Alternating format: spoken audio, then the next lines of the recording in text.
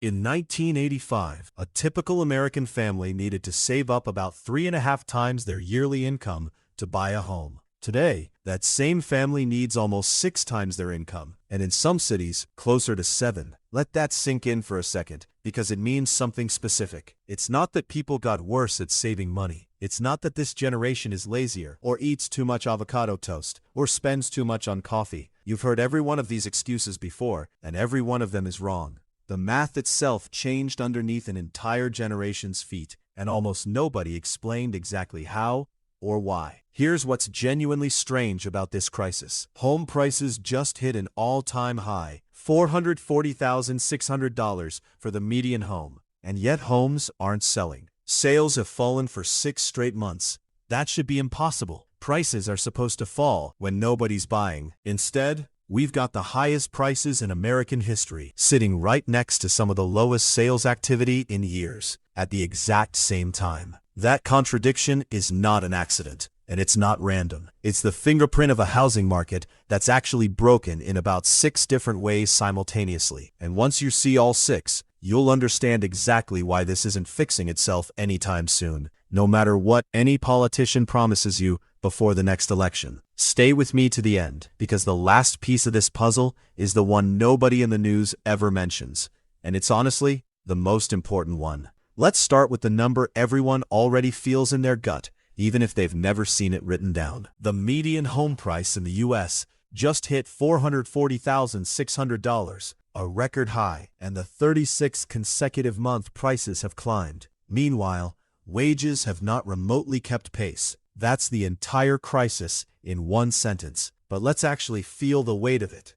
At current prices and a 6% mortgage rate, roughly 88.2 million American households are priced out of buying a median-priced home. Not would find it a stretch, priced out entirely, meaning even a responsible, disciplined household following every rule of thumb about spending within their means simply cannot qualify for the loan. And here's a detail that makes this worse than it sounds. It doesn't take a huge price jump to knock more people out of the market. Every time the median home price rises by just $1,000, the required income to qualify goes up by nearly $300 a year. Multiply that by the tens of thousands of dollars home prices have climbed over the past few years, and you start to understand why an entire generation looked up one day and found the door to homeownership had quietly closed, while they were busy building a career and paying off student loans. This is the surface-level story everyone already knows. But the actual causes go much deeper than prices went up,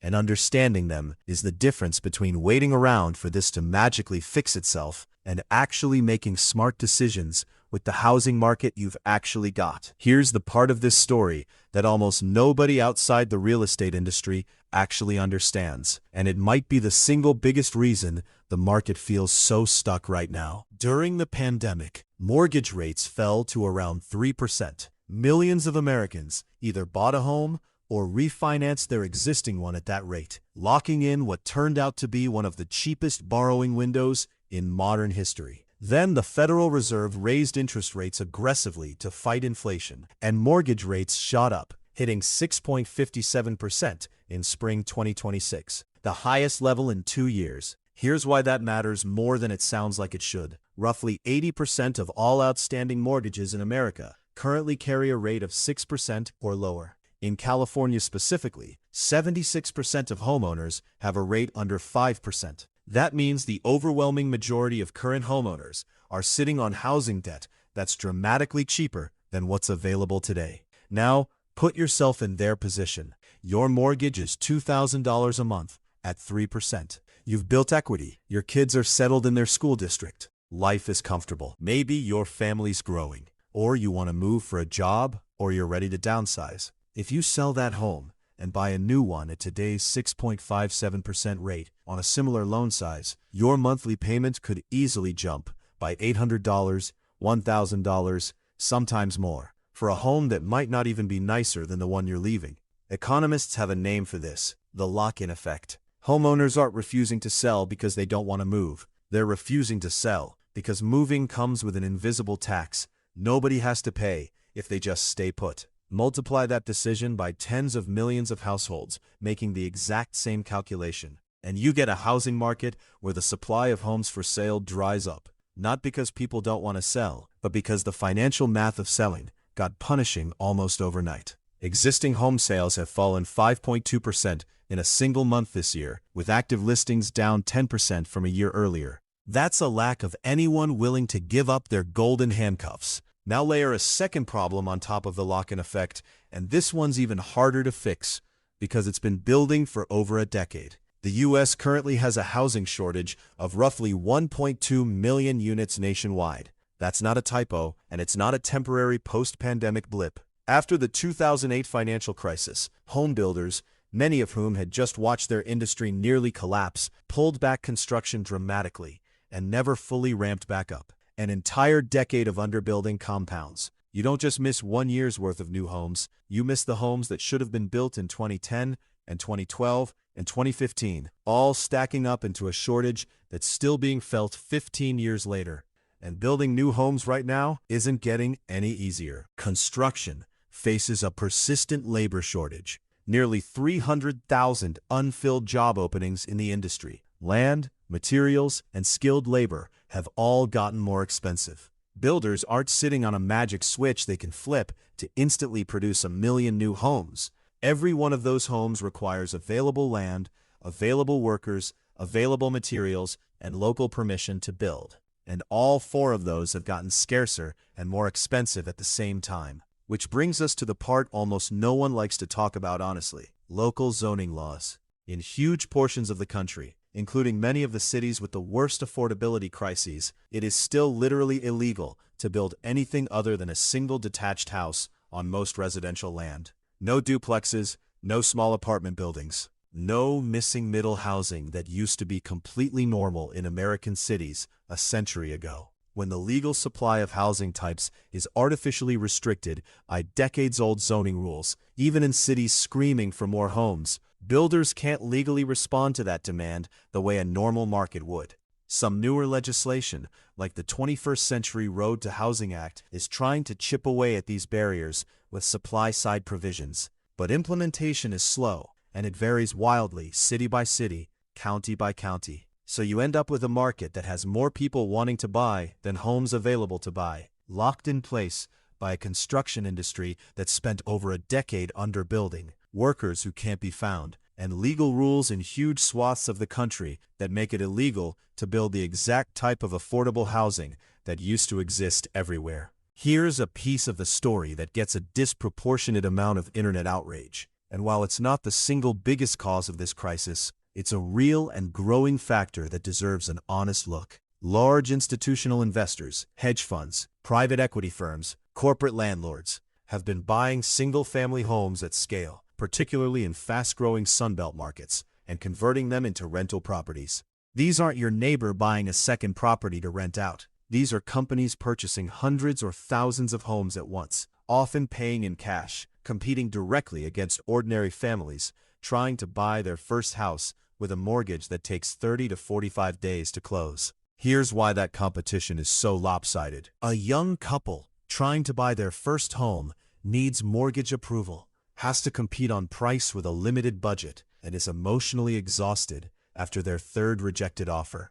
A corporate buyer with a 9-figure acquisition fund can pay cash, close in a week, waive inspection contingencies, and simply doesn't feel the loss if they don't win this particular house. They'll just buy the next one on the list. That's not a fair fight, and in the specific markets where this is concentrated, it measurably pushes prices up and available inventory down. But here's the more interesting twist that's actually happening right now in 2026. This trend might be quietly reversing itself in certain markets, and not because anyone regulated it away. In places like Jacksonville and other Sunbelt cities, some of these same investors are now sitting on properties they can't rent profitably or sell at the price they paid, because rents are actually falling as overbuilt multifamily supply competes with them. Some homeowners who wanted to sell but couldn't get their price have quietly become accidental landlords instead, renting out a home they never intended to rent, waiting for prices to recover.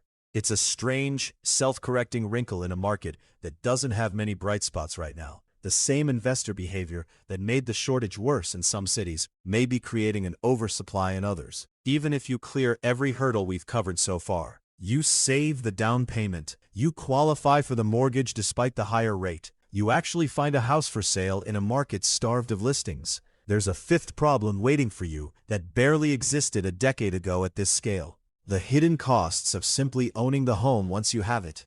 Homeowners insurance premiums have been skyrocketing across huge parts of the country, driven by increasingly severe wildfires, hurricanes, and floods, alongside the rising cost of construction materials needed to rebuild after a claim. In some high-risk states, premiums have doubled or even tripled in just a few years.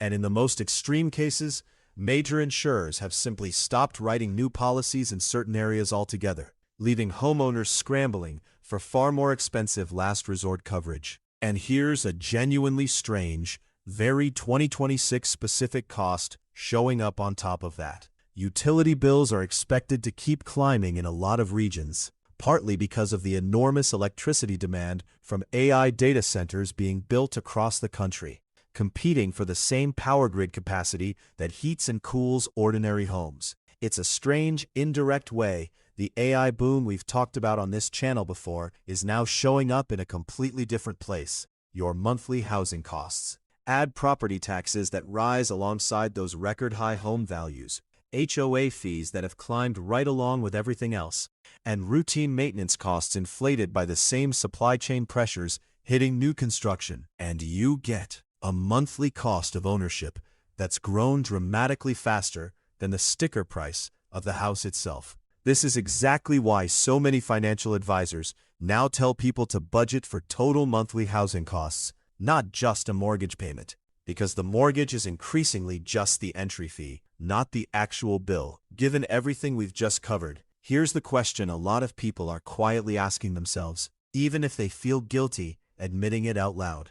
Is renting actually the financially smarter move right now? In a lot of markets, buying can cost up to 50% more per month than renting a comparable home, once you account for the mortgage at today's rates, insurance, property tax, maintenance, and HOA fees. Before you've spent a single dollar on repairs, you might be able to rent a house for $1,700 a month. That would cost you roughly $3,000 a month to own at current rates. That gap matters enormously because it changes the entire math of the decision. Historically, the case for buying over renting rested on a simple idea: your rent payment builds no equity, while your mortgage payment builds equity you'll eventually own outright. That's still true, but when the monthly gap between renting and buying gets large enough, the money you save by renting, if you actually invest the difference instead of spending it, can, in some cases and some markets, outperform the equity you slowly build by owning, especially if you don't plan on staying in one place for the 7+ years it typically takes for buying to clearly beat renting financially. This isn't a blanket rule. Real estate is intensely local, and someone buying in a stable, moderately priced Midwest city faces a completely different calculation than someone trying to buy in coastal California or South Florida. But the honest, unpopular truth smart finance content doesn't always say out loud is this: for a meaningful number of Americans right now, especially in the most expensive markets, renting and investing the difference isn't a consolation prize for people who couldn't figure out how to buy a house. In today's specific rate and price environment, it can genuinely be the more rational financial decision, at least until this market normalizes. So after 6 problems stacked on top of each other, is there any real light at the end of this tunnel, or is this just permanently broken now? The most credible forecasts suggest something is going to give gradually over the next several years, but it's not going to feel like relief, at least not right away. Most housing economists expect home prices to rise only modestly through 2026 and 2027, around 1% this year, maybe 3% the following year, a dramatic slowdown compared to the huge gains of the pandemic years. Mortgage rates are expected to drift slowly lower into the low 6% range as the Fed continues easing, though nobody serious is forecasting a return to pandemic-era 3% rates anytime soon, or possibly ever again. The real mechanism for improvement isn't a crash. Most forecasters explicitly aren't predicting one. It's wages slowly catching up to prices for the first time since the aftermath of the 2008 financial crisis, over what's expected to be a multi-year process. Some housing analysts are calling this the Great Housing Reset. Not a dramatic correction, but a slow, grinding rebalancing that could take roughly 5 years to bring the market back to something resembling historical normal. Which means the honest answer, without any spin, is this. Yes, this does get better, but better means a multi-year gradual improvement, not a sudden unlock. If you're hoping for 2019 style affordability to magically return next year, that's very unlikely to happen. If you're hoping the ground stops actively getting worse under your feet and slowly starts leveling out, that's a genuinely realistic, evidence-based expectation for the next few years. So here's everything stacked together, because no single explanation on its own actually captures why this feels so impossible. Sitting on top of a lock-in effect, freezing existing homeowners in place, underbuilding and restrictive zoning, sitting on top of institutional buyers competing in certain markets, sitting on top of insurance and utility costs quietly exploding, all while mortgage rates sit at levels nobody under 40 ever budgeted for. Any one of these problems alone would be manageable. All 6, stacked simultaneously, is exactly why this doesn't feel like a normal down cycle in a normal market. It feels like the rules themselves changed while nobody was looking, because they actually did. If you're in the middle of this decision right now, trying to figure out whether to buy, whether to keep renting, whether to wait it out, the most useful thing you can do isn't wait for a headline that says crisis solved. It's understanding exactly which of these 6 pressures apply most to your specific city, your specific situation, and making a decision based on your actual numbers, not the national average, and definitely not what worked for your parents in an entirely different economic era. If this finally explained what's actually been happening, instead of just telling you prices are high, hit subscribe, because we're going to keep tracking this story as it actually unfolds, not just when it makes headlines.